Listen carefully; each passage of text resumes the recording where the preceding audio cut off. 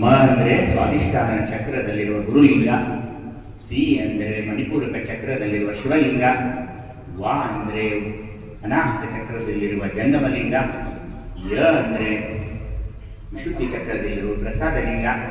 ಇಲ್ಲಿ ಎರಡು ಗುಪ್ಪಗಳ ನಡುವಿರುವ ಮೂರನೇ ಕಣ್ಣಿನ ಮಹಾಲಿಂಗ, ಅದು ಓಂ ನಮಃ ಶಿವಾಯ ಓಂ. ಅಂದು ಅಂದು ನಮಃ ಶಿವಾಯ ಓಂ ಬಸವ ಅಂದರು. ನಮಃ ಶಿವಾಯ ಓಂ ಬಸವ ಅಂದಾಗ ಬಸವ ಈ ಮೂರು ಅಕ್ಷರಗಳು ನಿರಂಜನ ನಿಷ್ಕಲಲಿಂಗ, ವಿಶ್ವನಲಿಂಗ, ನಿರಂಜನಲಿಂಗ.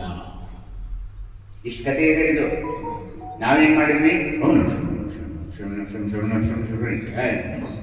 ಪ್ರತಿ ಅಕ್ಷರದಲ್ಲಿ ನಿಂತು ಅಕ್ಷರದಲ್ಲಿ ಆಚಾರ್ಯಲಿಂಗದ ಒಂದು ದರ್ಶನವನ್ನು ಮಾಡಬೇಕಾಗ್ತಾ ಇದೆ. ಅದು ಶಿವಯೋಗ. ಹೀಗಾಗಿ ಪಂಚಾಕ್ಷರಿ ಮಂತ್ರ ಅಂದ್ರೆ ಏನು? ಸೊ ನ ಅಂತ ಅಂದ ತಕ್ಷಣ ನೋಡಿ ಭಕ್ತ ಸ್ಥಳ, ಅಲ್ಲಿರುವ ಲಿಂಗ ಆಚಾರ ಲಿಂಗ.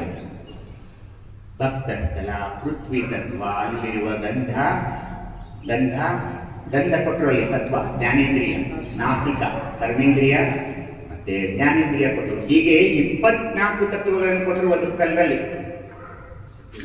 ನ ಮ ಮುಂದೆ ಆ ಸ್ಥಳಕ್ಕೆ ಹೋದಾಗ ಅಲ್ಲಿ ಯಾವ ಸ್ಥಳ? ಅದು ನೆಕ್ಸ್ಟ್ ಯಾವ ಸ್ಥಳ? ಮಹೇಶ ಸ್ಥಳ. ಮುಂದೆ ಪ್ರಸಾದಿ ಸ್ಥಳ. ಅದಾದ ನಂತರ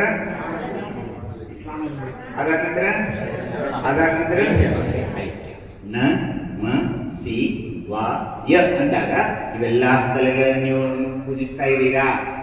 ಅದಕ್ಕಾಗಿ ಬೇರೆ ಮತ್ತೆ ಪೂಜೆ ಮಾಡಬೇಕಾಗಿಲ್ಲ. ನಮಃ ಶಿವಾಯ ಅಂದಾಗ ಎಲ್ಲ 24 ತತ್ವಗಳ ಪೂಜೆ ಅಲ್ಲಿ ಆಗ್ತಾ ಇದೆ. ಹಾಗೆ ಹೇಳಿದ ಹಾಗೆ ಇದು ನೋಡಿ, ಇದು ಲಿಂಗ ಕಣ್ಣುಗಳಿಂದ ನೋಡ್ತಾ ಇದ್ದಾರ, ಮೇಗಳು ಹಸ್ತ. ಇದೊಂದು ಸರ್ಕ್ಯೂಟ್ ಇದೆ ಇಲ್ಲಿ ನೋಡಿ. ಸೈನ್ಸ್ ಕೂಡ ಯಾಕೆ ಆಗ್ತಾ ಇದೆ? ಮೆಡಿಕಲ್ ಸೈನ್ಸ್ ಪ್ರಕಾರ ಮೆದುಳಿನ ಎಲ್ಲಾ ನರಗಳು, ಬಲಭಾಗದ ನರಗಳು ಎಡಕ್ಕೆ, ಎಡಭಾಗದ ನರಗಳು ಬಲಕ್ಕೆ ಕ್ರಾಸ್ ಆಗ್ತವೆ. ಕುತ್ತಿಗೆಯಲ್ಲಿ ಮೆಡುಲಾ ಒಬ್ಲಾಂಗಟ ಅಂತ ಒಂದಿರುತ್ತೆ, ಅಲ್ಲಿ ಕ್ರಾಸ್ ಆಗ್ತವೆ. ಇದೆಲ್ಲ ಹೇಗೆ ಶರೀರ ಗೊತ್ತಿರಾಗಿರ್ಬೋದು. ನಮ್ಮ ಶರಣರ ಒಂದು ಮೈಯೆಲ್ಲ ರೋಮಾಂಚನ ಆಗುತ್ತೆ. ಅವರೇನು ಡಾಕ್ಟರ್ಸ್ ಅಲ್ಲ, ಅವ್ರೇನು ಡಿಸೆಕ್ಷನ್ ಮಾಡಿಲ್ಲ. 12ನೇ ಶತಮಾನದಲ್ಲಿ ಇದನ್ನೆಲ್ಲ ಅವ್ರು ಕಂಡುಹಿಡಿದ್ರು ನೋಡಿ. ಅರ್ಥ ಮಾಡಿಕೊಳ್ಳಬೇಕು. ಮತ್ತು ನೀವು ಈ ಧರ್ಮದಲ್ಲಿ ಹುಟ್ಟಿದ ಪುಣ್ಯವಂತರು, ನಮಗೆ ಅಭಿಮಾನ ಇರಬೇಕದು.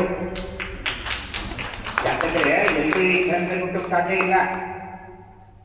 ಅದಕ್ಕೆ ಅನ್ನುವಾಗ ಏನಾಗ್ತಾ ಇದೆ ನೋಡಿ, ಈ ಓಂ ಅನ್ನೋದು ಅ ಉ ಮ ಈ ಅಕ್ಷರಗಳ ಒಂದು ಸಂಯುಕ್ತ ಅಕ್ಷರ.